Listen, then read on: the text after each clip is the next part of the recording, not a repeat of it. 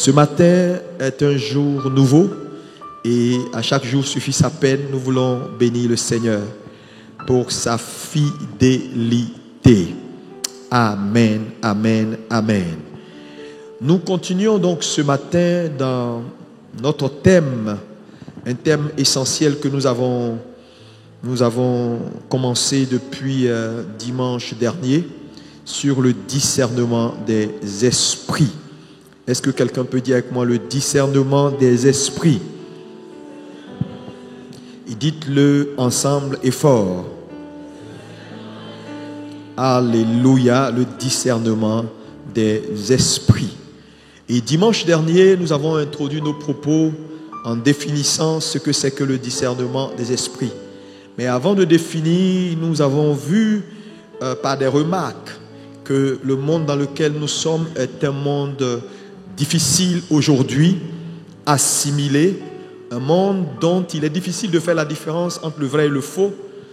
Et l'Église n'est pas épargnée dans le sens où l'Église est infiltrée. Les sorciers que nous avions dans nos villages avant, les marabouts que nous avions dans nos quartiers avant, ont quitté leur tente et sont entrés dans l'Église. Comment naviguer dans cet environnement spirituel compliqué et avoir la vie sauve? Voilà ce dont il est question. Voilà pourquoi le discernement devient plus que jamais nécessaire. Et donc, nous avons défini le discernement en disant beaucoup de choses. Je ne vais pas revenir là-dessus, mais une chose importante que je veux que tu retiennes, c'est que discerner, c'est aller au-delà du naturel, aller à la source des choses. Nous avons vu également que discerner, c'est comprendre la nature des choses qui viennent à nous. Discerner, c'est différencier les choses de même identité apparente. Discerner, c'est connecter avec les bonnes informations et avec les bonnes personnes. On a dit beaucoup de choses. Aujourd'hui, nous allons continuer sur un point important. Nous allons faire notre première lecture dans 1 Jean 4, versets 1 à 4. On va tous se lever dans la présence du Seigneur et nous allons aller ensuite dans Hébreux 5, verset 13. Tu prends ta Bible, si tu n'as pas de Bible, tu suis avec un ami, si possible, mais c'est important de lire la parole de Dieu et de la voir de façon visuelle. C'est très important. Amen. Lisons la parole. Bien-aimés, n'ajoutez pas foi à tout esprit. N'ajoutez pas foi à tout esprit. Mais éprouvez les esprits pour savoir s'ils sont de Dieu. Pour savoir s'ils sont de Dieu. Regardez, Dieu commence par parler à l'Église, à des entités humaines. Il dit, bien-aimés, n'ajoutez pas foi à tout esprit. Mais pourquoi il attaque d'abord l'esprit? Parce que le discernement a à voir avec l'esprit. Ça, c'est un point qui est important. Continue. Pour savoir s'ils sont de Dieu. Oui. Car plusieurs faux prophètes sont venus dans le monde. Reconnaissez à ceci l'Esprit de Dieu. Tout esprit qui confesse Jésus-Christ venu en chair est de Dieu. Amen. Donc, il commence par aller à l'origine pour parler de ne pas ajouter foi à tout esprit. Maintenant, il poursuit pour dire il y a des faux prophètes qui viendront. Ça, c'est la manifestation. Alléluia. J'y arrive tout à l'heure. Continuons dans notre deuxième lecture, Hébreux 5, versets 13 à 14. Merci, Saint-Esprit. Oui, vas-y. Quiconque est au lait n'a pas l'expérience de la parole de justice, car il est un enfant. Mais la nourriture solide est pour les hommes faits, oui, pour ceux dont le jugement est exercé par l'usage à discerner ce qui est bien et ce qui est mal. Par l'usage à discerner ce qui est bien de ce qui est mal. Maintenant, allons dans notre dernière lecture dans 1 Corinthiens 12, verset 10. 1 Corinthiens 12, verset 10. La Bible dit, à un autre le don d'opérer des miracles, oui, à un autre la prophétie, à un autre le discernement des esprits, oui, à un autre la diversité des langues, à un autre l'interprétation des langues. la diversité des langues, l'interprétation des langues, il parle du discernement également, le don de discernement des esprits. Alléluia. Veuillez vous asseoir dans sa présence. Que Dieu vous bénisse abondamment. Alléluia. Donc ce matin, nous voyons en partie 2 le discernement des esprits. Est-ce qu'on peut répéter avec moi le discernement des esprits? Plus fort. C'est un thème essentiel. Mais je vais commencer par faire d'abord une nuance importante. Dans 1 Corinthiens 12, verset 10 que nous avons lu, parlant de ce qu'on appelle les dons de révélation, nous avons le don de discernement des esprits, la parole de connaissance et la parole de sagesse qui sont des dons de révélation. Alléluia. Et dans ces dons de révélation, nous avons ce qu'on appelle le don de discernement des esprits. C'est un don. Alléluia. À la différence de ce que nous appelons le discernement tout court, le discernement spirituel, nous allons voir tout à l'heure la nuance. Mais ce qu'il est important pour vous de comprendre, c'est que en prêchant sur ce thème discerner les esprits, l'objectif c'était de vous amener à aiguiser votre entendement et à grandir dans votre discernement des choses de Dieu. Alléluia. Mais à côté de ça, il est également important pour vous de savoir qu'il y a un don qu'on appelle le don de discernement des esprits. C'est un don. C'est un don. Le don de discernement des esprits, c'est donc une capacité spirituelle que Dieu communique à un homme pour lui permettre d'avoir accès ou de pénétrer le monde invisible ou le monde spirituel. Donc c'est d'abord un don. C'est très important. Alléluia. Mais ici, c'est bon de comprendre la nuance. Je vais donner quelques exemples pour t'amener juste à comprendre. Normalement, dans la Bible, nous avons ce qu'on appelle le don d'opérer des miracles. Nous avons le ministère de guérison, par exemple, qui est un ministère. Tout chrétien né de nouveau n'opère pas dans le ministère de guérison, mais tout chrétien né de nouveau peut guérir un malade. C'est très important. Tu peux ne pas avoir l'office ou opérer dans l'office de la guérison, mais en tant que chrétien né de nouveau, tu peux guérir un malade. Par exemple, il y a ce qu'on appelle l'office des langues ou le ministère des langues, qui est un ministère réservé pas à tout le monde, mais tout chrétien né de nouveau doit parler en langue. Parce que Paul dit, je souhaite que vous parliez tous en langue. Ça veut dire qu'il est possible à tout chrétien qui est né de nouveau de parler en langue sans pour autant opérer dans l'office de langue. C'est la même chose. Donc, il y a le don du discernement des esprits qui est un don que Dieu donne à qui il veut. Mais, à côté du don, il y a ce qu'on appelle le discernement spirituel que tout chrétien né de nouveau doit avoir. Parce que quand vous voyez les versets que nous venons de lire, comment vas-tu t'en sortir si tu n'as pas de discernement? Relis-moi Hébreux. Alléluia. Hébreux 5, verset 13. Regardez. Oui. Quiconque c'est tout le monde, est au lait, n'a pas l'expérience de la parole de justice. N'a pas l'expérience de la parole de justice. Car il est un enfant. Mais la nourriture solide, oui, est pour les hommes faits. Les hommes faits. Pour ceux dont le jugement, oui, est exercé. Ceux dont le jugement est exercé. Ça veut dire ils ont grandi, ils ont atteint un certain niveau où leur esprit a été designé à reconnaître les choses. Donc ils ont un jugement exercé, oui. Par l'usage à discerner ce qui est bien et ce qui est mal. Par l'usage à discerner. Donc un homme peut arriver à un point dans sa marche avec Dieu où il a tellement grandi qu'il peut donc, il a un jugement exercé, il peut discerner le bien du mal sans opérer dans le don du discernement des esprits. Donc, il est important de comprendre que il y a ce qu'on appelle le don de discerner les esprits, qui est un don que Dieu donne à qui il veut. Tu peux demander à Dieu. Si Dieu juge que c'est utile pour ta marche, il va te le donner. Dites-moi amen.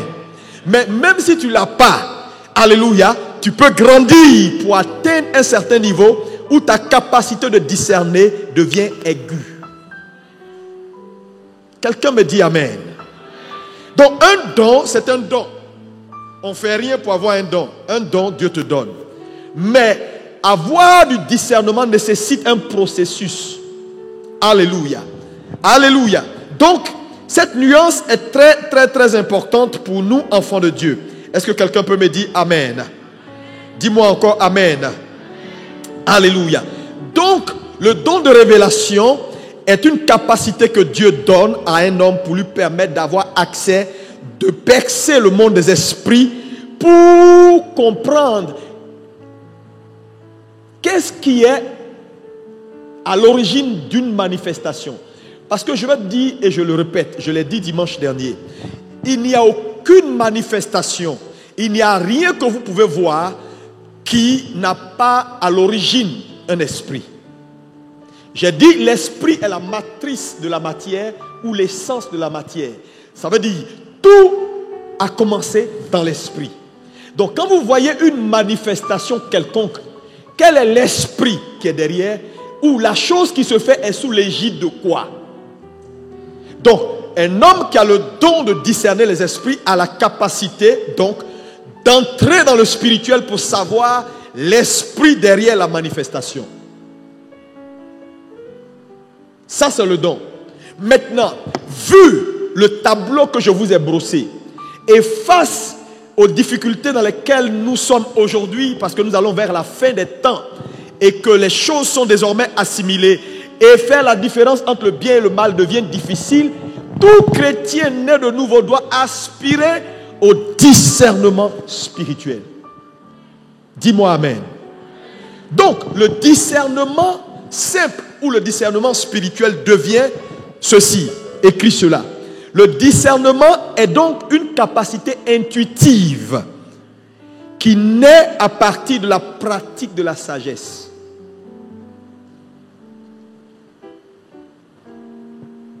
Donc, le discernement simple peut se définir ainsi. C'est une capacité intuitive qui naît dans la vie d'un croyant et qui grandit à partir de la pratique de la sagesse. Ou qui grandit également à partir du développement de son intelligence ou de sa capacité d'analyse. Donc ici, lorsqu'on parle du discernement spirituel, c'est quelque chose qui grandit, qui naît, qui grandit. Par notre capacité à développer ou à pratiquer la sagesse, ou à développer notre intelligence ou notre capacité d'analyse. Ça veut dire, je peux me retrouver d'ici quelques années avec un discernement poussé. Pourquoi? Parce que je me suis exercé, alléluia, à grandir par la pratique de la sagesse ou par ma capacité à développer mon intelligence et ma capacité d'analyse. Quelqu'un me dit amen. Et l'étude que nous sommes en train de voir a beaucoup plus à faire à cet aspect des choses. C'est pourquoi j'ai pris le temps de souligner que le don est juste un don. Si tu aspires au don de discerner les esprits, Dieu va te le donner. Dis-moi amen. Tu veux la parole de connaissance, Dieu va te le donner. Tu veux la parole de sagesse, Dieu va te le donner. Alléluia. Mais, que tu l'aies ou pas, tu as obligation, vu le monde dans lequel nous sommes, tu as obligation de travailler pour grandir afin d'arriver à un discernement spirituel. Quelqu'un comprend? Ce point est très bien compris. Alléluia. Donc, ceci étant, pourquoi il est vital aujourd'hui pour l'Église d'aller à la croissance et au discernement spirituel? Pourquoi? Parce que tu peux me poser la question, mais pasteur, pourquoi? Pourquoi il est nécessaire aujourd'hui d'aspirer au discernement? Frères et sœurs, nous avons plusieurs raisons. Je te donnerai aujourd'hui quelques raisons. Je ne pourrai pas finir parce que c'est beaucoup. Et nous allons continuer plus tard. La première raison que je veux que tu retiennes ce matin, c'est que notre ennemi, le diable, est un adversaire rusé. Vous savez, lorsqu'on dit de quelqu'un qu'il est rusé, ça veut dire qu'il ne respecte pas les règles de jeu. Ça veut dire qu'il opère par camouflage. Ça veut dire qu'il opère par séduction.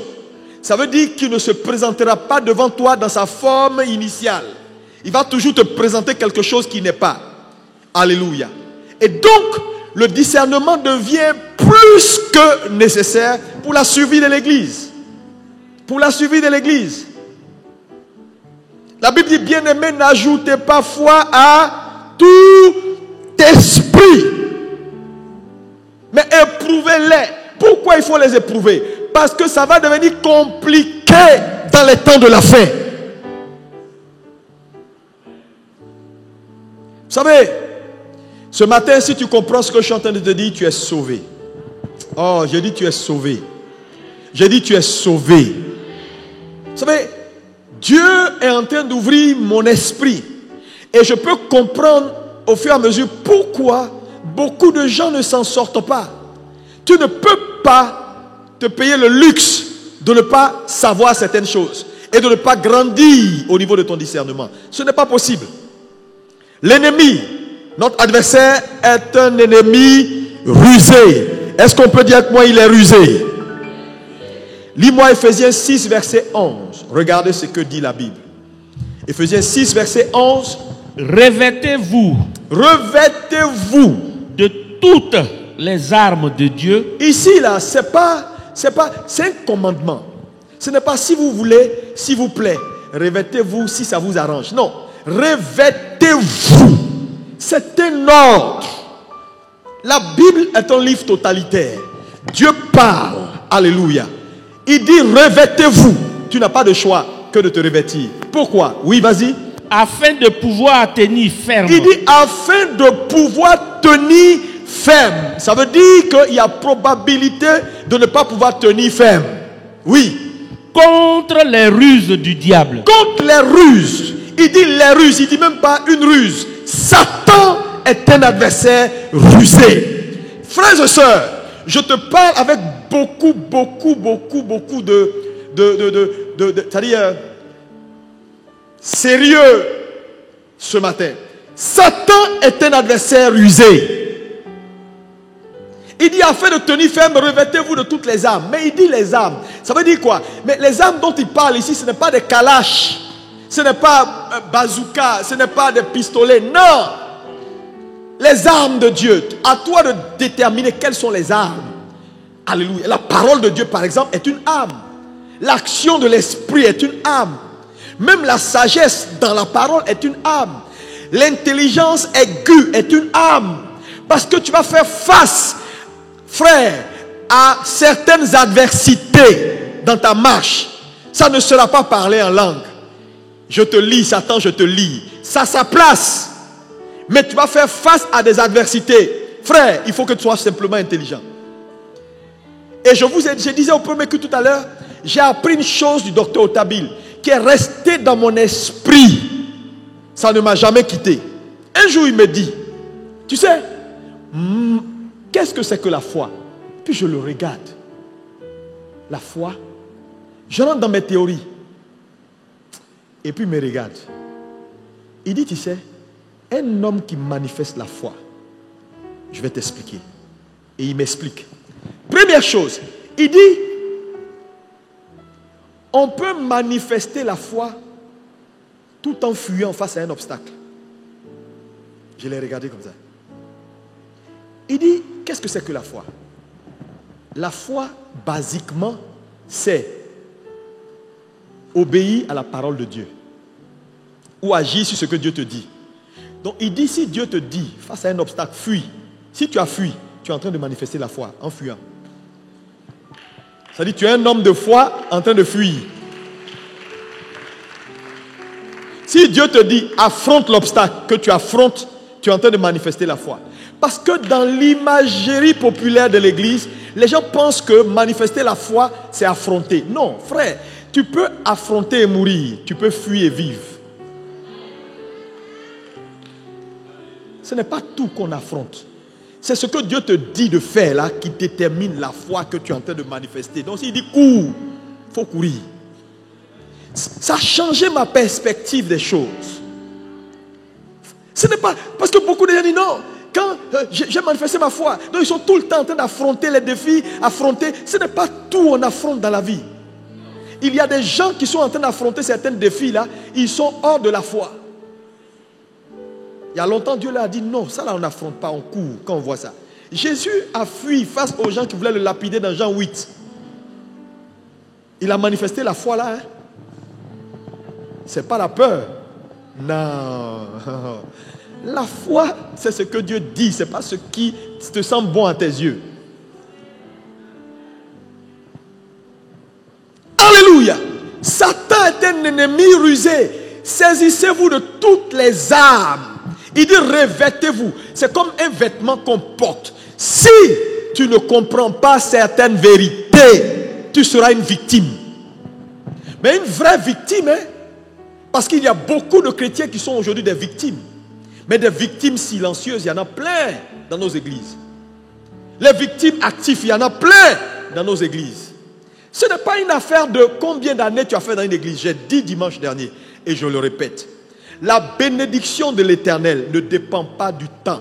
Ce n'est pas le temps qui qualifie un homme pour la bénédiction, c'est la maturité. Ça veut dire, tu peux faire 100 ans dans une église. Tu as tous les titres jusqu'à ancien des jours. Et puis tu es un bébé spirituel.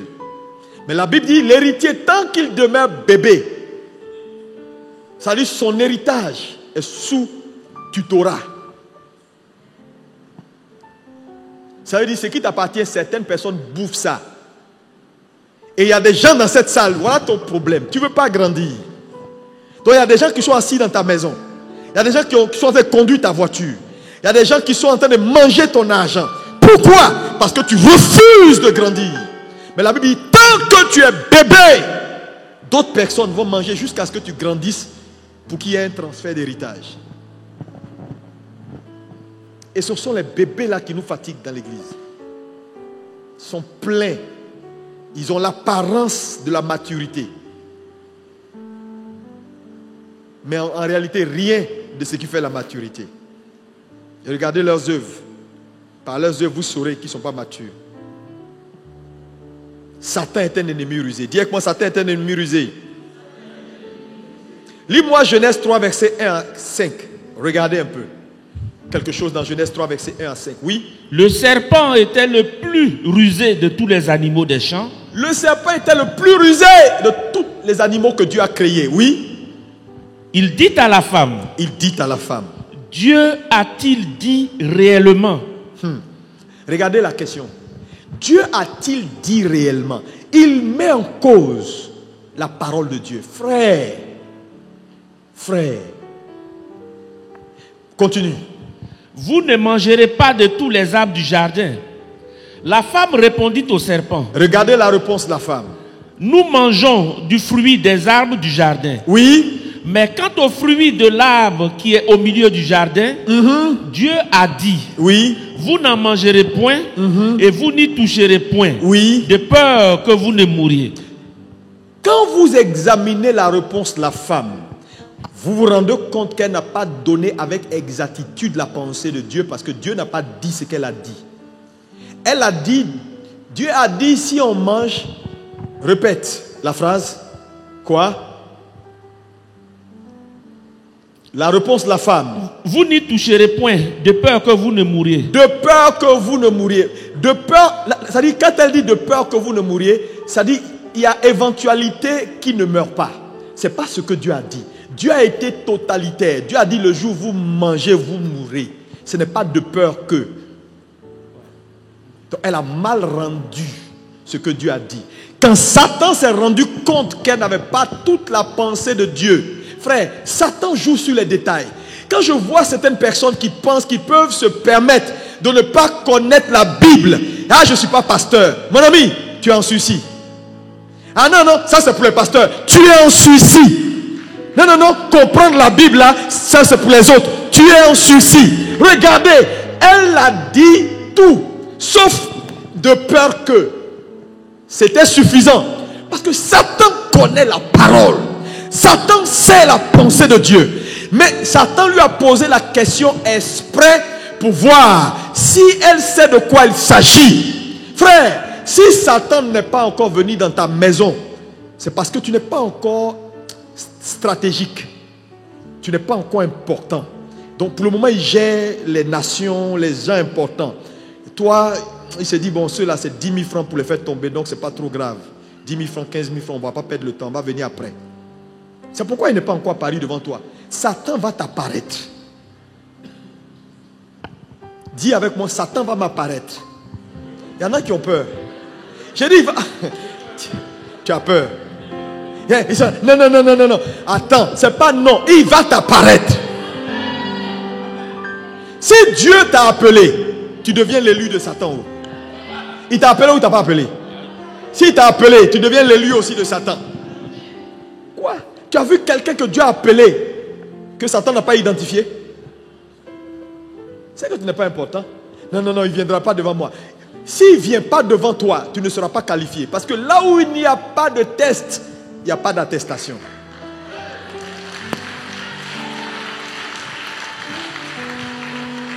Ils sont là, il y en a qui prient, ils parlent la langue. Je refuse, Seigneur, éloigne de moi la tentation. On ne prie pas pour éloigner tentation. Ça n'existe pas dans la Bible. On ne prie pas pour éloigner tentation.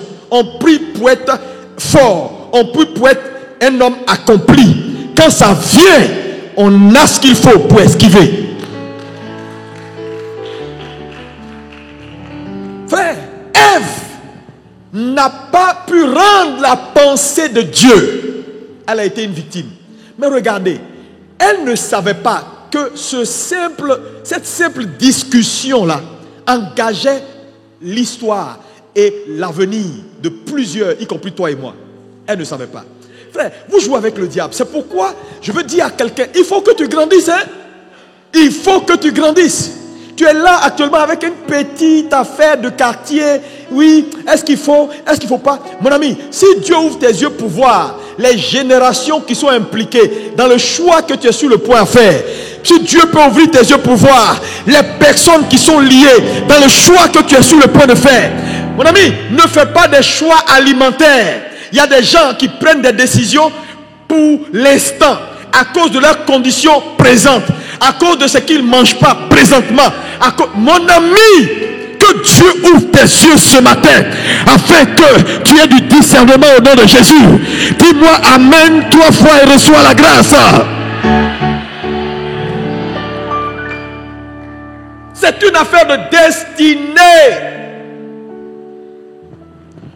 Un seul choix et tu bousilles la destinée de milliers et de milliers de personnes derrière toi. Ève ne savait pas. Une simple discussion. Satan l'informe pour lui dire, Dieu t'a pas tout dit. Ah bon? Dieu m'a pas tout dit. Et il donne des informations supplémentaires à Ève. Il dit, Dieu sait que le jour où tu manges, tes yeux vont s'ouvrir et tu seras comme Dieu. Mais est-ce que là, Satan a menti? Il n'a pas menti. Parce que quand elle a mangé, ses yeux se sont ouverts.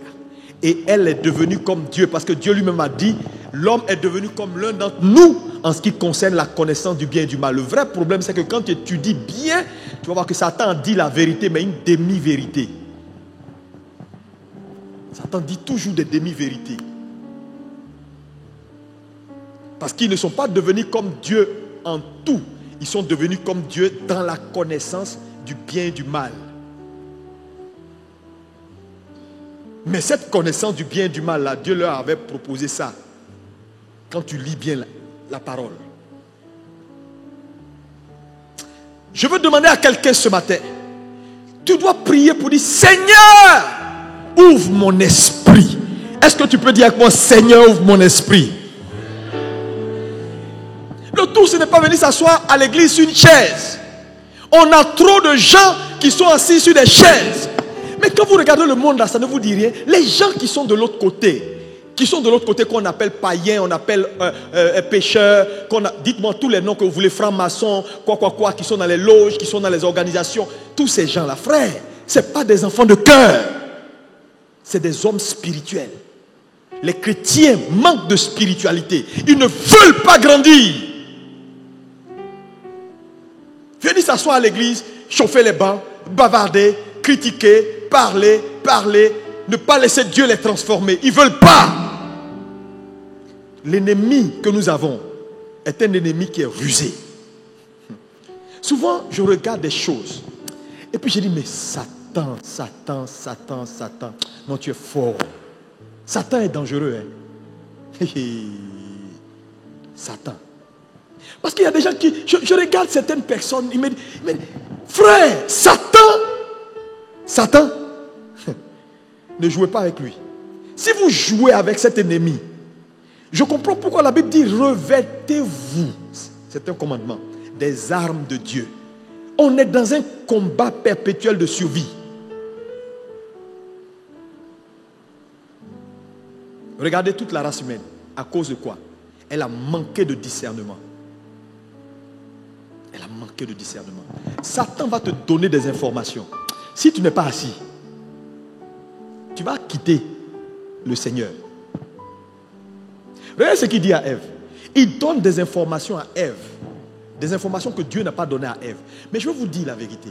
Toute information utile pour l'accomplissement de votre destinée, c'est ce que Dieu juge utile de vous donner. Mais Satan peut venir avec des informations qui sont de très bonnes informations, mais qui ne sont pas utiles. C'est pourquoi toute révélation qui ne participe pas à te construire va te déconstruire. Il ne faut pas trop chercher.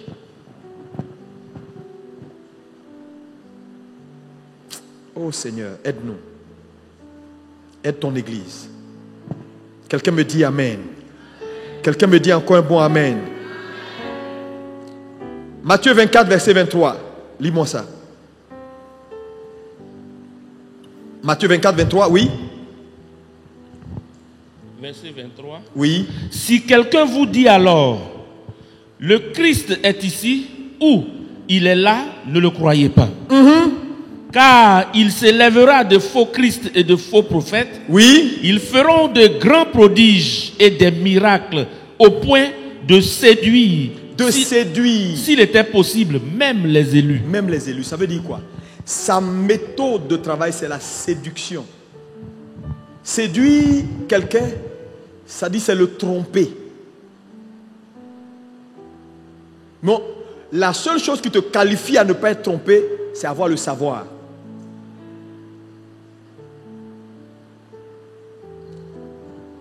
Luc 4, verset 1 à 13. Suivez, on va examiner ensemble ce fait. De Luc 4, verset 1 à 13. Oui. Jésus, rempli du Saint-Esprit, revint du Jourdain. Oui. Et il fut conduit par l'Esprit dans le désert. N'oubliez pas qu'il a écrit ici qu'il fut conduit, pas par Satan, mais par l'Esprit. J'ai dit, Dieu va te conduire pour être tenté. Si Jésus n'a pas échappé, ce n'est pas toi. Je vois des gens qui se plaignent. Pour 1, 2, 3, ils se plaignent. On me persécute. On m'a tenté ici. On m'a parlé mal. On m'a pas dit ça. Pourquoi on m'a cogné un peu? Frère, si tu n'es pas prêt à ce qu'on te cogne, je ne sais pas. Ta place n'est pas dans l'église. Jésus fut conduit par l'Esprit au désert pour être tenté. C'est une conséquence. Dieu l'a conduit là-bas pour être tenté parce que Dieu ne pouvait pas tester Jésus sans le tester. Regarde ton voisin, dis-lui de loin. Dieu va te tester pour te donner une attestation.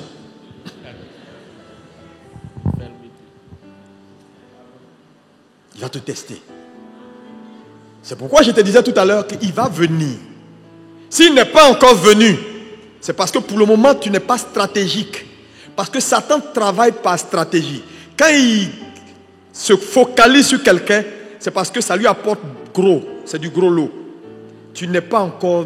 Non, il dit, je vais perdre mon temps, faire une journée sur ce type-là pour rien, non. Lui là, même quand il prie, ça ne nous gêne pas. Même quand il parle en langue pendant 7 jours, le royaume n'est pas ébranlé, donc laissez-le. Quand tu vas commencer à gêner Satan, tu sauras qu'il est là. Tu ne le gênes pas. Si on ne t'attaque pas, il n'y a rien, tu ne le gênes pas. Parce que je veux te dire, dans ce monde dans lequel on est là, quand vous voyez quelqu'un, il y a deux choses. Quand vous voyez quelqu'un qui s'en sort, les choses marchent, il y a deux choses. Il y a deux choses. Soit il a compromis, il est avec eux, dans leur camp. Soit c'est quelqu'un qui a ce qu'on appelle advanced knowledge, qui a cette capacité d'anticiper avant que les combats ne se lèvent. Il tue ça dans l'œuf et puis il avance. Sinon, il n'y a personne qui n'a pas de combat. Il n'y a pas quelqu'un, archevêque, il n'y a pas quelqu'un qui n'a pas de combat. Ça dit que si vous le voyez calme, c'est parce qu'il a une autre façon de régler ses combats. Il n'attend pas les combats. Il les tue à l'initiative.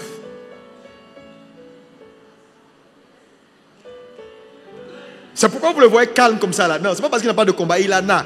Mais il sait comment anticiper. Parce que vous savez, il y a ce qu'on appelle les dégâts collatéraux. Quand tu n'anticipes pas et que la chose entre, si tout de suite là, il y a un chien dangereux doit avoir accès à la salle, il y a deux choses. Si on ne veut pas de dégâts collatéraux dans la salle, casser les écrans, on n'a qu'à régler son problème dehors. Mais si on le laisse entrer pour chercher à le tuer ici, en voulant le tuer, on peut casser même des écrans. Donc il y a des gens qui sont actuellement en train de gérer des dégâts collatéraux parce qu'ils n'ont pas su anticiper. Leur système de veille n'a pas fonctionné.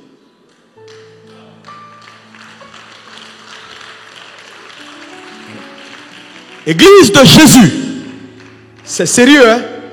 Il y a des gens, c'est pas parce que les sorciers les attaquent pas, c'est pas parce qu'ils ne sont pas issus de familles où il y a plein de sorciers, mais pourquoi ils ne sentent pas les effets? Frère, ils ont mis ce qu'on appelle bouclier anti-missile.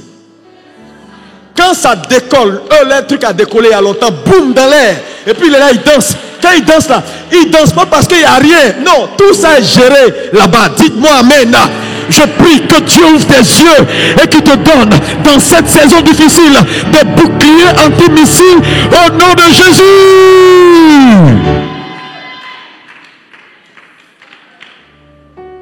Satan est mauvais.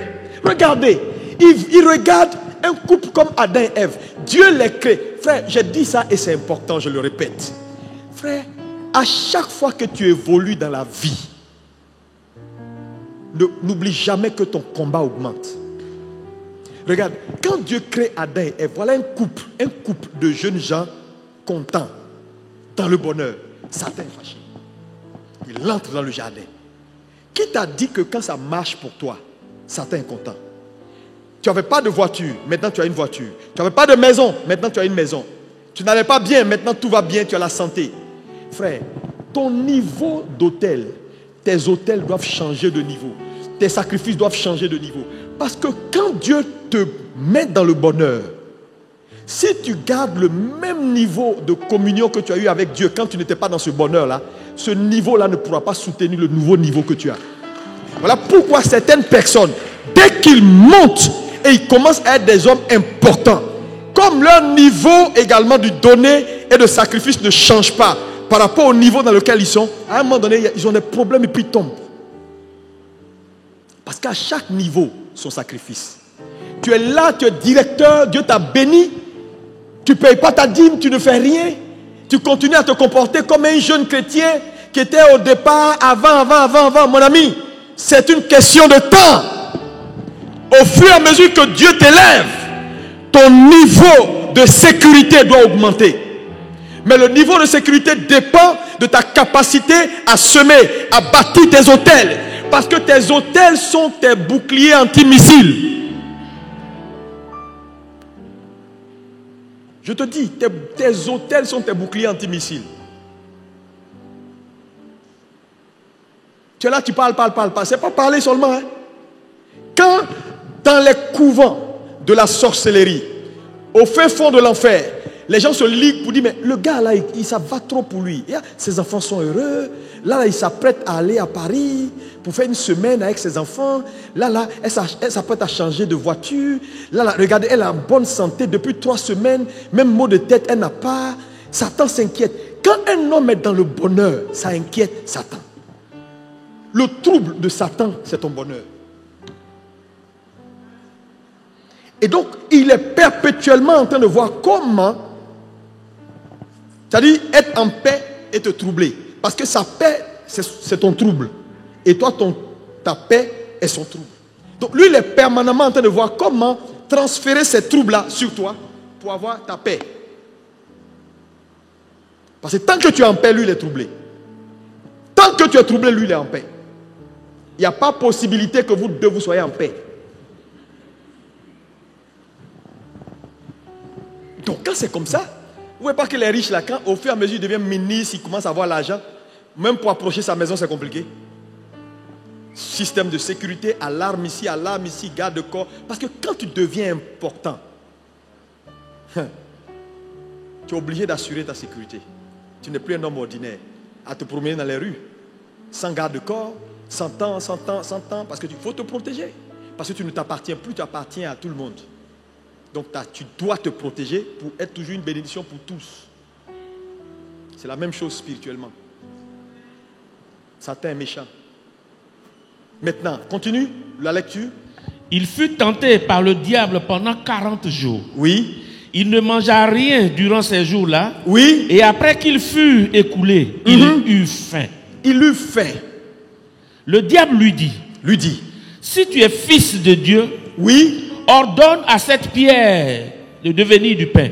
Regardez la première tentation. Si tu es le fils de Dieu, il a fait ça avec Ève.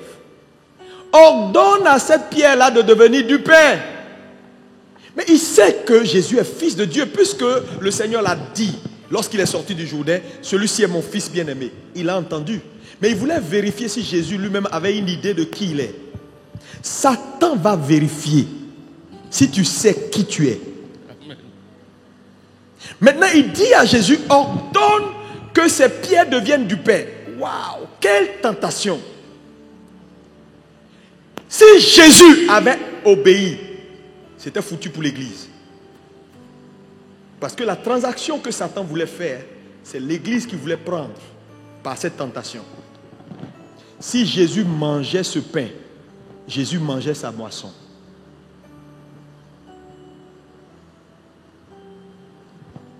Mais Jésus refuse.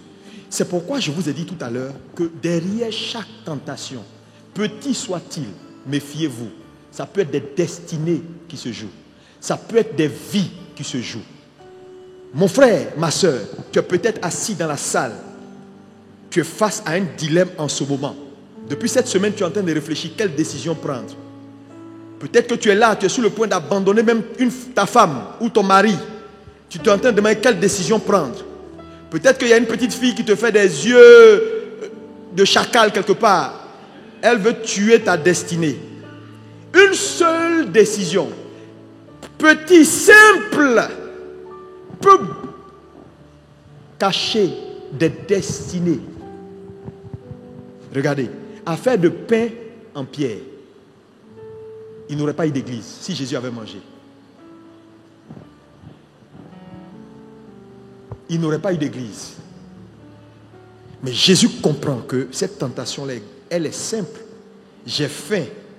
J'ai faim. Il me demande de transformer les pierres en pain.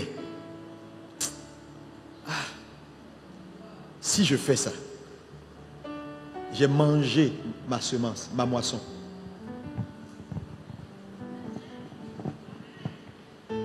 Jésus refuse. Et Jésus répond à Satan par la parole. Jésus va citer Deutéronome 8, verset 3. L'homme ne vivra pas de pain seulement. Oui, mais de toute parole qui sort de la bouche de l'Éternel. Donc, Satan envoie une tentation. Jésus répond par la parole. Frères et sœurs, écoutez-moi. Satan connaît la parole de Dieu. Il est là avant toi. Tu t'amuses à ne pas grandir dans ton discernement. Tu seras une victime. Je ne dis pas tu seras peut-être. J'ai dit tu seras une victime. Continue. Le diable, l'ayant élevé, Oui.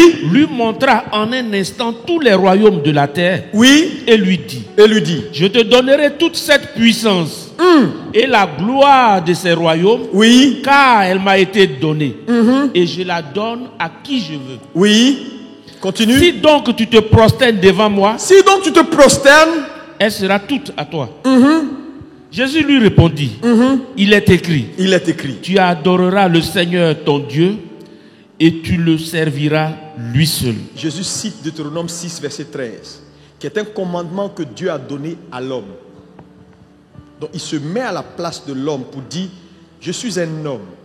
Il est écrit que l'homme a que Dieu seul, devant qui il peut se prosterner. Tu adoreras l'Éternel ton Dieu et lui seul. Donc vous comprenez que Jésus cite, donc pour chaque tentation, Satan change de visage, Jésus envoie la parole. Frère, il a fait la première tentation, Jésus a esquivé. Mais Satan est très patient. Il ne lâche pas prise comme ça. C'est pourquoi je veux t'avertir ce matin. Tu es là, tu m'écoutes, tu me regardes. Tu dois grandir. Continue. Le diable le conduisit encore à Jérusalem, Oui. le plaça sur le haut du temple et lui dit, Oui. si tu es fils de Dieu, jette-toi d'ici en bas. Waouh. Continue. Car il est écrit, il donnera des ordres à ses anges à ton sujet. Regardez, qui dit ici il est écrit? Ce n'est pas Jésus, hein, c'est Satan. Satan se met devant la parole pour dire à la parole qu'il est écrit. Ça dit, Satan se met devant celui qui est la parole et il lui dit, il est écrit. Et il cite le psaume 91 que nous lisons tous les jours, le psaume 91 verset 11. Il ordonnera à ses anges de te garder dans toutes tes voies de peur que ton pied ne heurte contre une pierre. Satan cite ça parce qu'il connaît. Il connaît les versets qu'on prend pour le lier, il connaît ça. Donc il dit, tu peux te jeter. Dans tous les cas, c'est écrit. Chaque fois je vois les gens citer ça, c'est écrit que même si tu te jettes, il va ordonner à ses anges de te garder de peur que ton pied ne heurte. Jésus comprend que même s'il est écrit, parce qu'en fait le problème c'est l'applicabilité des versets qui est le problème de plusieurs. C'est pourquoi beaucoup de gens sont morts en citant des versets, en faisant certaines choses. Qui disent oui, Jésus a marché sur l'eau, donc moi aussi je vais marcher sur l'eau. Frère, tu vas marcher sur l'eau si tu n'as pas reçu un réma de façon spécifique, appliqué à ta situation, tu vas mourir. Même si c'est la parole que tu es en train de citer. Jésus répond comment? Qu'est-ce qu'il dit? Regardez la réponse de Jésus. Tu ne tenteras point le Seigneur ton Dieu. Tu ne tenteras point l'Éternel ton Dieu. Ça veut dire quoi? Ce n'est pas parce que quelque chose est écrit que tu dois aller tenter Dieu en disant oui, moi je suis un enfant de Dieu, même si je me jette tout de suite, je monte sur cette église jusqu'à la toiture et que je me jette, la Bible déclare que les anges te garderont et que oui, et puis tu commences à citer plein de versets, puis tu dis regardez-moi, est-ce que la parole de Dieu est vraie? Puis tout le monde dit oui. Est-ce que si je saute tu vas me prendre? On dit oui. Est-ce que Dieu peut sauver? Et puis tu te jettes. Tu vas voir qu'il y a une autre loi qu'on appelle la loi de la gravitation, qui a la capacité d'annuler même la parole de Dieu quand elle est faite dans un contexte.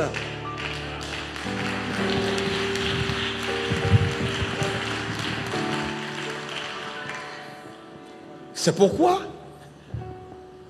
cette parole de sagesse qu'Otabil m'a donnée est une parole importante. Fuir, c'est également la sagesse.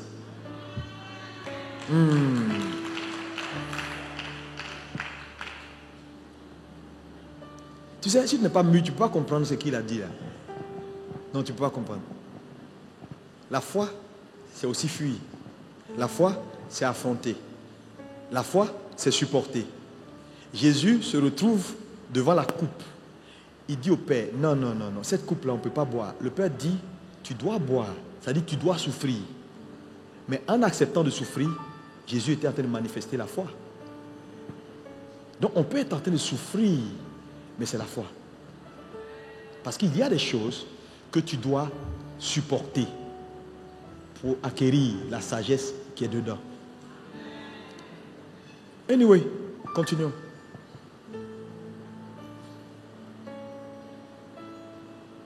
Ça, c'est un autre niveau. La vie chrétienne.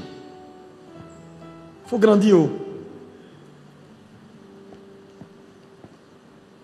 Continue avec les tentations. Il y a une dernière.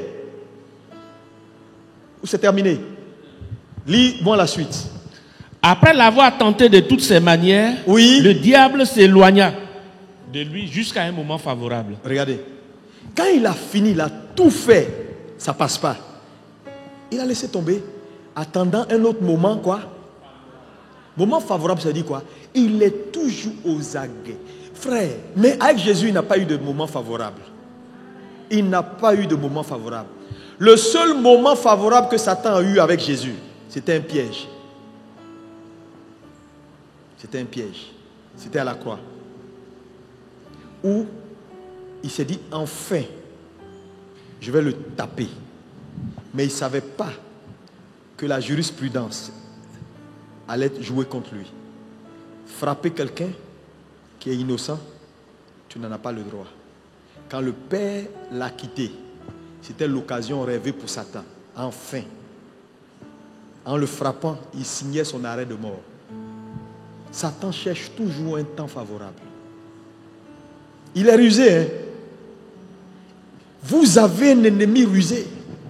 C'est pourquoi je veux dire à quelqu'un qui me regarde ce matin, l'heure n'est plus à vivre sa vie chrétienne comme on veut, à se priver de la connaissance. Tu vas être une victime, mais tu seras une bonne victime avec un micro. Tu seras une bonne victime assis. Tu seras une bonne victime écoutant la parole de Dieu. Tu dois connaître ton Dieu. Tu dois lui faire confiance. Tu dois grandir. Parce que Satan n'est pas bon. Combien de gens assis dans la maison de Dieu qui sont devenus des victimes, faute de croissance, jusqu'à un certain niveau. Ce n'est pas le nombre d'années. Non, ce n'est pas le nombre d'années dans une église. C'est la maturité. Deuxième raison pour laquelle le discernement devient vital en ces temps de la fin, c'est que la doctrine est au cœur d'une falsification jamais égalée. La parole de Dieu est remise en cause dans tous ses compartiments. Voilà pourquoi vous devez avoir du discernement et grandir dans votre discernement. Les fausses doctrines pullulent dans l'église. La Trinité est reniée. Vous savez combien d'églises qui ne croient pas en la Trinité?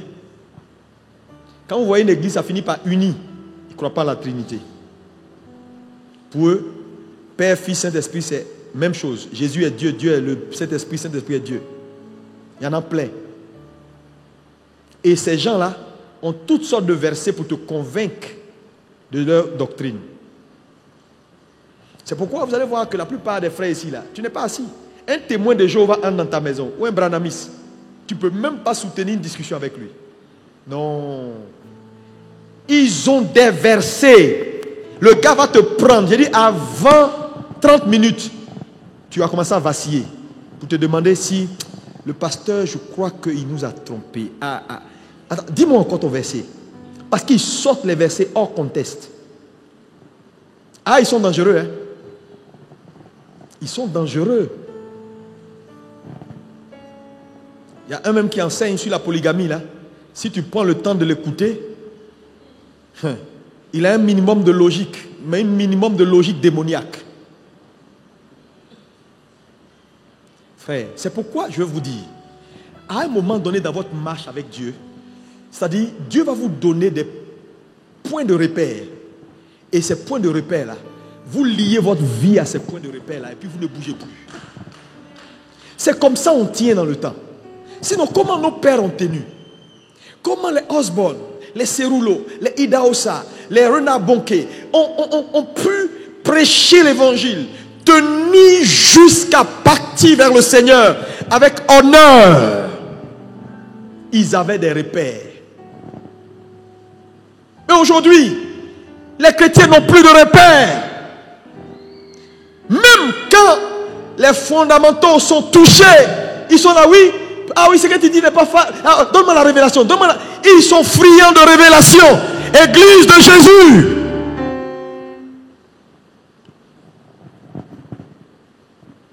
Jésus est Dieu, il n'est pas Dieu. Ça discute. Je n'ai pas le temps d'aller dans les détails.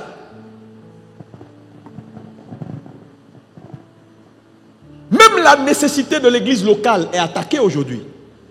Plusieurs ne trouvent pas nécessaire d'avoir une église. Allez sur internet, souvent quand on fait les directs, les gens entrent dans ton direct et puis commencent à raconter leur vie.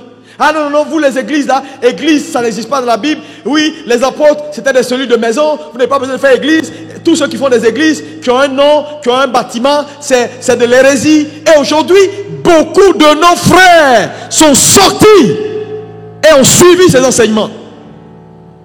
Pourtant la Bible dit dans Hébreu, il dit n'abandonnez pas vos assemblées. Parlant d'assemblée, il dit non. Quand on parle d'assemblée, on ne parle pas d'église, on parle de se réunir dans les maisons. Et à force de vous réunir dans les maisons là, c'est pas aussi bâtiment. Hein? Réunissez-vous sur des arbres. Là c'est différent. Tant que c'est dans la maison, ça peut finir par devenir. Parce que maison là, il faut les faire asseoir, il faut parler, il faut prier. C'est ce qu'on fait ici. Ici là c'est maison, c'est pas. C'est maison. Il y a des gens qui dorment ici, donc c'est maison.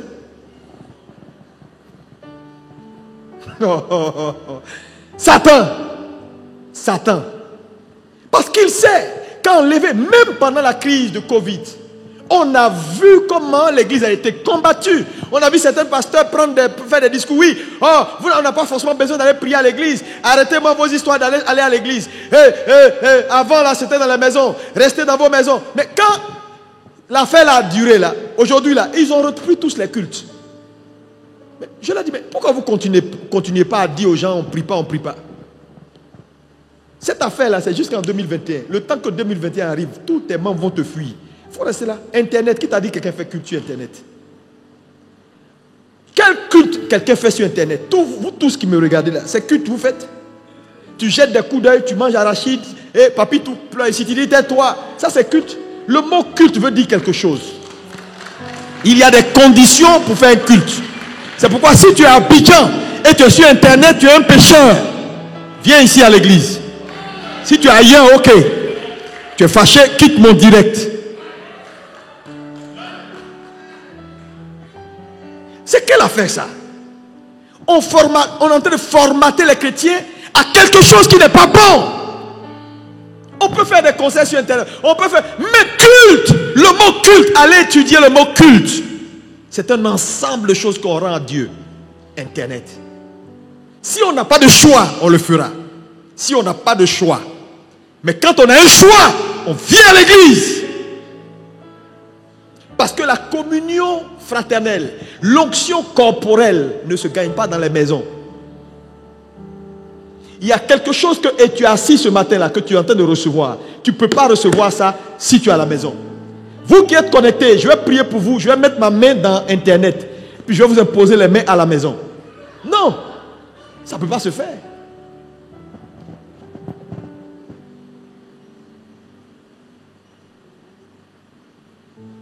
Il ne faut pas encourager ça. Il ne faut pas encourager ça. Ça fait que nos chrétiens sont devenus des chrétiens frivoles. Frivoles. Tu vas sur 10 live, ils sont partout. Ceux que tu as vus ici là, la semaine prochaine, quand tu as ta conférence, ils sont aux aguets. Ils sont connectés comme ça, pleins. Parce que là-bas, il n'y a pas de contrôle. Chacun a son téléphone. Il n'y a aucun contrôle. Ça zappe d'un message à un autre, d'un direct à un autre, d'un truc à un autre. Ils se promènent, ils se baladent, ils s'amusent, ils rentrent, ils sortent, ils s'insultent. Quand tu as envie de dire, même insulter un pasteur, tu l'insultes et puis tu quittes là. Tu mets un nom qui n'est pas ton nom. Tu mets chaleur de Dieu et puis tu l'insultes. Il va te chercher sur Internet, il ne va pas te trouver.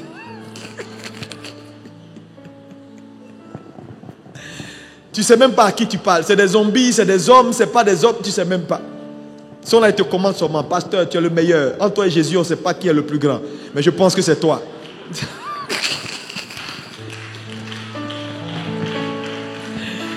Nous sommes à la fin des temps. Il faut revenir à Jésus. Quelqu'un me dit, revenons à Jésus. On ne peut pas substituer les assemblées à des lives. C'est important pour ceux qui sont loin, qui n'ont pas de possibilité. Mais quand vous avez la possibilité, venez prier. La vérité sera mise en cause. Le nom de Jésus sera combattu. Parce que je vais vous dire, regardez aujourd'hui au niveau des doctrines. Vous savez, au niveau de la doctrine, faites très attention. La morale ne sauve personne. Même quand on parle le message sur la sanctification, aujourd'hui, il y a une déviation. Alléluia! La morale ne peut pas changer quelqu'un. C'est pourquoi la parole, dis avec moi la parole. Aujourd'hui, il y a tellement de doctrines. Jésus est Dieu, il n'est pas Dieu. Jésus est Christ, il n'est pas Christ. Méfiez-vous de tout ça. Restez dans la parole de Dieu. Parce que Satan sait que si ce qui fait la force de la parole est attaqué, l'Église est perdue.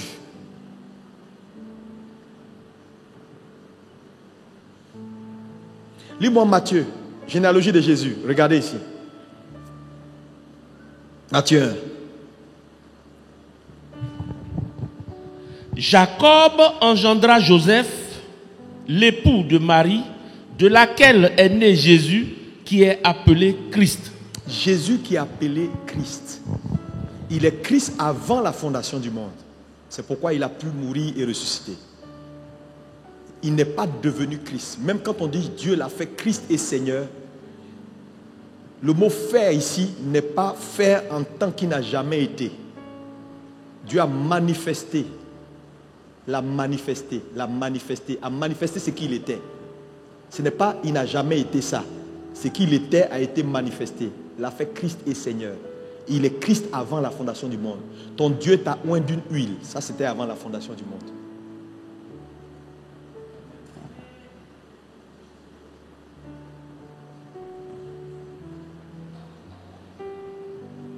Croyez la parole. Sortez de tout ce qui est révélation bizarre, mensonger.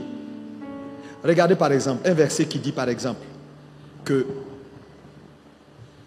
il y a un seul médiateur entre Dieu et les hommes, Jésus-Christ quoi? Mais pourquoi on dit Jésus-Christ homme? Pourquoi on ne dit pas Jésus homme? Parce que les gens soutiennent que Jésus c'est la dimension humaine, Christ c'est la dimension divine. Mais on nous dit Jésus-Christ, les deux collés, homme. Ça veut dire qu'on ne peut pas dissocier les deux. Donc quand tu dis que Jésus c'est la dimension humaine et que la dimension divine c'est Christ, que quand tu as Christ, tu as la divinité, il y a un problème avec ce verset parce qu'on dit qu'il y a un seul médiateur entre Dieu et les hommes, Jésus-Christ, homme. Ça veut dire quoi? Il est homme et il est Dieu. Mais le Jésus-Christ, pas Jésus, pas. On ne peut pas dissocier les deux entités. Donc quand tu acceptes Jésus, tu as Christ. Quand tu acceptes Jésus, tu as la plénitude de Dieu. Il n'y a plus rien à chercher. Il ne change plus. Il est Dieu. C'est toi qui grandis.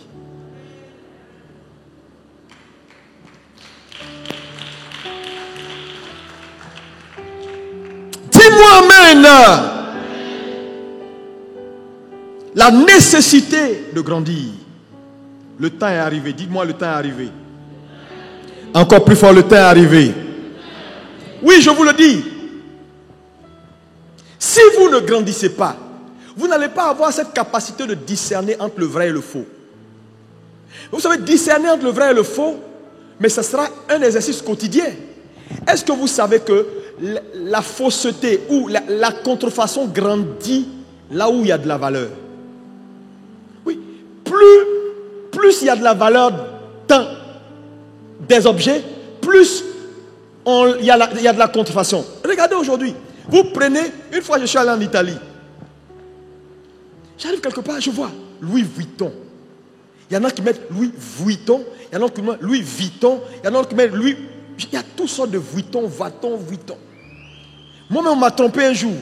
J'achète une montre. Je vois Rolex. Je suis content. J'ai dit au monsieur, ça c'est Rolex. Il dit, ça c'est Rolex. Mais je veux te faire ça à petit prix. J'ai dit, Rolex, où tu as eu ça? Il dit, non, on a des circuits. Donc les originaux, on nous apporte ça. J'ai regardé, ça c'est vraiment de Rolex. J'achète. Après, je regarde. Au lieu de X à la fin, c'est Y. Quelques semaines après, l'autre manche là est sortie. Frère, Rolex. Mais regardez même les Lacoste. Pourquoi? C'est des marques de valeur. Donc, la contrefaçon, même Ralph Lauren. Qui a envie de porter Ralph Lauren aujourd'hui? Même quand tu as nouveau, tu as maison mère, on ne sait pas si c'est maison mère ou c'est pas maison mère.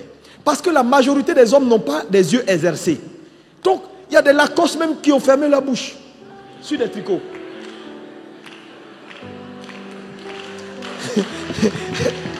J'ai vu Lacoste d'un gars, c'est un Malien. Ils ont mis low cost. Le caïman là, mais il a ouvert sa bouche jusqu'à... J'ai dit non, le vrai Lacoste, sa bouche est ouverte comme ça.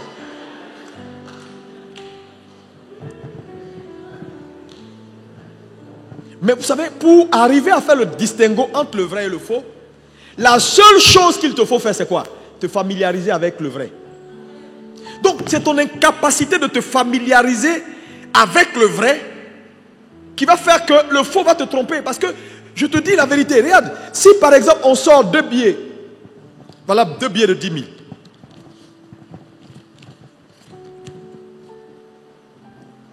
Apparemment, quand tu regardes les 2 billets, il n'y a rien. Mais s'il y a un faux dedans, tu peux pas savoir quel est le faux, quel est le vrai. On va appeler un expert. Il faut un expert. Quand l'expert vient, il va regarder. Parce qu'il s'est familiarisé avec le vrai. Mais je vous dis la vérité, tout ce qui est vrai, tout ce qui est authentique a des indices de sécurité. N'oublie jamais ça. C'est pourquoi la parole de Dieu a des indices de sécurité. Parce que les indices de sécurité sont destinés à préserver et à garder l'intégrité de la chose. Donc, ces billets-là, on les fabrique et on met plusieurs niveaux d'indices. Donc, l'expert va regarder. À un moment donné, si le faussaire, celui qui a fait la contrefaçon, est très très fort et qu'il est allé loin, il ne pourra pas reconnaître le vrai ou le faux. Même quand tu mets le billet dans la machine, tu vas voir le truc en fluo, là, les 10 000, là, ça a sorti. Mais ce n'est pas parce que c'est sorti que c'est un bon billet. Hein. Il y a des gens qui ont dépassé ce niveau-là où ça ne sort plus. Non, tu ne peux pas prendre vos machines. On va au supermarché là pour aller mettre ça à la BCAO. À la BCAO, ce n'est pas avec ça là on voit les bons billets. Ils ont d'autres indices que vous n'avez pas. Parce que si l'indice premier a été passé, deuxième a été passé, il y a toujours un dernier que ceux qui font la contrefaçon ne peuvent jamais passer. Un jour, j'ai regardé un documentaire en France et ils ont pris, c'était en Italie, ils ont pris une maison qui fait de la contrefaçon de billets. Les experts en police judiciaire ont déposé les billets d'euros. Ils ont regardé. Le commissaire dit jamais de toute sa vie, il n'a vu de billets aussi bien faits. Et que ces billets-là, il y a déjà des millions qui ont été injectés dans l'économie qu'aucune machine même n'arrive à détecter. Il a été honnête.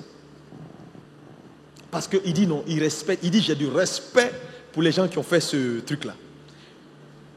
Mais il y a un dernier indice que c'est vraiment les gens qui sont introduits qui ont ça. C'est à partir de là qu'ils ont détecté. Parce qu'ils étaient obligés maintenant de contacter la Banque européenne pour avoir ce dernier indice qu'on ne donne pas aux gens. Mais que quel que soit le faux billet, quand ça arrive à la Banque centrale, eux ils détruisent ça. Parce qu'ils ont les derniers indices qui peuvent faire que même quand ça a passé tout ce qui est tamis, eux ça ne les passera jamais. Donc, la parole de Dieu a des indices de sécurité. Si vous ne grandissez pas, si vous ne vous familiarisez pas avec la parole pour avoir les repères, vous allez être des victimes. Regardez certains frères, quand ils font des commentaires, quand ils disent même oui, Dieu me conduit. Mes frères, tu sais, je ne suis pas encore arrivé, mais je suis quand même sur la route. Donc quand je te parle, il faut m'écouter. La majorité des gens qui disent Dieu m'a dit, Dieu n'a pas parlé. Je te dis aujourd'hui, les gens ne connaissent pas Dieu. Dieu, ce n'est pas les émotions. Dieu, ce n'est pas le sensationnel. Dieu, ce n'est pas... Dieu, frère, Dieu est plus grand que ce que vous croyez. Il faut grandir. Jusqu'à un certain niveau, tu vas connaître celui qu'on appelle Jéhovah, le Dieu d'Israël. La Bible dit en Égypte, Pharaon, les magiciens de Pharaon ont fait les miracles. Ont fait les mêmes miracles que ce que Moïse faisait. Ils n'ont pas peur de ça. Quel miracle toi tu peux faire et puis eux ne peuvent pas faire? Tu sais, je te dis, si tu ne grandis pas, tu seras une victime. Sans être un prophète qui annonce quelque chose qui n'est pas bon, tu vas être une victime. Nous sommes dans un monde dangereux. Dangereux. Tu ne connais pas. Même ton frère qui est à côté de toi, tu le connais? Tu ne le connais pas. Tu ne le connais pas. Tu ne le connais pas. Tu ne le connais pas.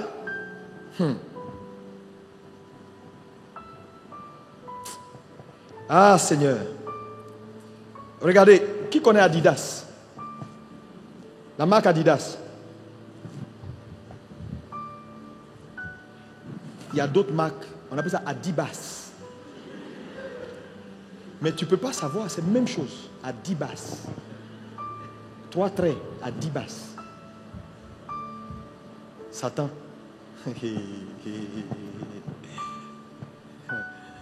Aujourd'hui, on a des contrefaçons de pasteurs. Il y en a plein. Ils prêchent. Parce que vous savez, je vous dis, la vérité c'est quoi? Pourquoi Dieu exige le discernement? Parce que ce n'est pas la manifestation, c'est ce qui est derrière la manifestation.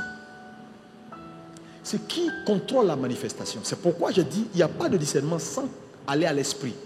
Dans le texte que nous avons lu, le premier texte, il dit, n'ajoutez pas foi à tout esprit. Mais comment il commence par l'esprit alors qu'il parle de faux prophètes qui ont des manifestations? Parce qu'à la base de toute œuvre, il y a un esprit. Est-ce que tu sais que même quand un frère te fait des cadeaux et que l'objectif c'est de te manipuler, c'est un mauvais esprit qui l'anime. Attends, je te donne des cadeaux parce que je veux que dans tes choix, tu me choisisses toujours. J'ai un mauvais esprit. Donc vous comprenez que dans l'église, il y a beaucoup de gens qui ont un mauvais esprit. Le mauvais esprit ici, le discernement est important parce qu'il y a tellement de gens qui ont un mauvais esprit. Le mauvais esprit, ce n'est pas forcément un esprit démoniaque, mais c'est un esprit qui n'accomplit pas les buts de Dieu. Donc, je peux te donner des choses, mais dans ma tête, comment je vais le manipuler pour qu'il me regarde, mais il ne regarde pas les autres? Mais l'esprit qui est derrière mon acte n'est pas bon. Mon cadeau ne va pas te bénir. Donc ici, là, ce n'est pas forcément Satan. Tu dois grandir. Parce que tu vas faire face à des gens qui vont te regarder, qui vont te faire du bien. Mais en fait, il y a quelque chose qui cherche.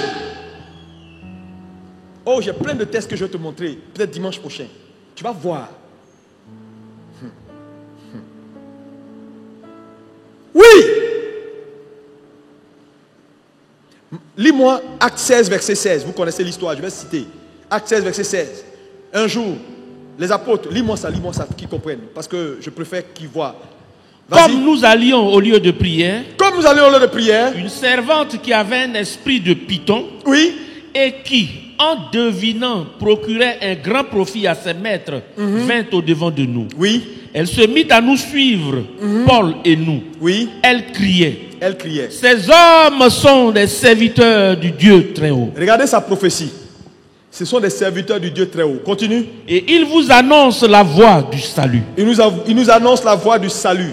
Elle fit cela pendant plusieurs jours. Pendant 3 jours. Paul, fatigué, se retourna et dit à l'esprit. Regardez-moi ici tous. Regardez, dans ce passage, il y a un indice important de sécurité que tu dois comprendre. Paul fut fatigué. Je veux te dire, partout où les gens semblent opérer, exercer le ministère, l'un des indices que Dieu va te donner, c'est que quand, à la base, ce n'est pas l'Esprit de Dieu, ça va fatiguer ton esprit. Tu vas entrer dans des environnements. Ils sont en train de prêcher. Ils sont en train de chasser des démons. Ils sont en train de dire, waouh, waouh, waouh. Mais tu sens que ton esprit est fatigué. Elle disait des choses vraies, des choses bien. La prophétie est claire, mais ça fatiguait l'esprit de Paul. Parce que c'était un homme spirituel. Non, non, non, il n'y a rien de mal ici. C'est Jésus, on dit. Non, ils sont en train de crier Jésus. Mon ami, il faut être sensible. Hein? Il faut être sensible. La Bible dit son esprit était fatigué. À un moment donné, il dit non, je ne peux pas continuer. Allez, esprit de Python, sors! Il a chassé l'esprit. Parce que donc, ce n'est pas la manifestation. Qu'est-ce qui est à l'initiative de la manifestation? Voilà le discernement des esprits. Pourquoi cette sœur-là me fait tant de cadeaux? Est-ce que c'est parce qu'elle m'aime bien? Ou elle veut entrer dans mes bonnes grâces? Si tu n'as pas l'esprit de discernement, tu ne sauras pas. Tu vas prendre les cadeaux. Mais un cadeau lie le cœur. Oui. Maintenant, te voilà bloqué. Elle fait une bêtise, tu ne peux pas donner le jugement correct. Et puis tu as Dieu maintenant sur ta tête. Parce que cadeau a lié tes mains. Si tu n'es pas un homme spirituel, ça ne va pas être bien pour toi. Hein? Matthieu 12, verset 27. Il y a un point ici important que je vais mettre à ta disposition. Et puis on va aller vers la fin. On continue dimanche prochain. Oui, vas-y. Si moi, je chasse les démons par Belzébul, oui. Vos fils, par qui les chassent-ils? C'est pourquoi ils seront eux-mêmes vos juges. Amen. Regardez ici. Jésus est face à une situation où les gens attribuent les manifestations qu'il fait à Satan. Le discernement des esprits, c'est la capacité que tu as à reconnaître l'action de Dieu dans une situation et ne pas l'attribuer à Satan. Ça veut dire quoi? Le problème de beaucoup de chrétiens, comme ils ne grandissent pas jusqu'à un certain niveau, même quand ils sont dans un environnement où Dieu est en manifestation, souvent ils pensent que c'est Satan parce que leur environnement et leurs expériences leur donnent une voix qui leur fait comprendre que Dieu ne doit pas être ici alors que Dieu est là. Donc discerner, c'est la capacité également de reconnaître Dieu là où il est, même quand ça ne va pas chez moi. Parce qu'il est très facile d'associer mon expérience personnelle à l'environnement, alors que dans le même environnement, d'autres prospèrent. Donc, mon problème n'est pas l'environnement, c'est moi. Mais très souvent, si tu n'es pas un homme spirituel, pour comprendre que c'est vrai, c'est dur, ça ne va pas, c'est un peu coincé, mais en réalité, je sais que Dieu est là. Tu vas conclure que c'est parce que Dieu n'est plus là que ça ne va pas chez moi.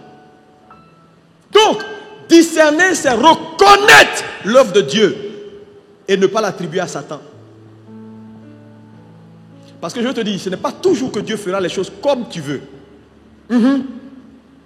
Donc si tu n'es pas un homme spirituel, tu vas attribuer ça à Satan. Parce que tu as ta façon de voir les choses. Je m'attendais à ce que Dieu sorte ici. Mais comment se fait qu'il sort derrière? Moi, chaque fois que je prie, je parle en langue, je fais 3 jours de jeûne de prière, c'est ici, il sort.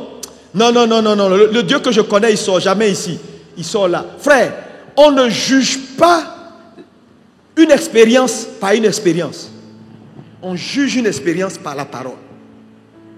Ce n'est pas parce que toujours Dieu l'a fait comme ça pour toi qu'il le fera demain comme ça pour toi. Si tu ne fais pas de référence à l'écriture, tu vas te tromper. Et beaucoup de chrétiens se sont égarés dans les Dieu m'a dit, Dieu a parlé, j'ai entendu. Frère, tu sais, moi je suis un homme très serein. Et il y a une chose à laquelle je crois. Quand j'étudie la Bible, je crois à la capacité aux hommes d'être ensemble. Regarde Jésus. Tous les disciples qui sont entrés dans la vie de Jésus sont restés avec lui jusqu'à la fin. À part Judas qui est mort parce qu'il l'a trahi. Pourquoi nos églises évangéliques d'aujourd'hui, là, il n'y a pas d'hommes sûrs? Lisez la Bible. Il y a... Peut-être qu'il va falloir que j'enseigne sérieusement sur ça. Dieu ne donne pas beaucoup de marge à un homme de quitter un homme.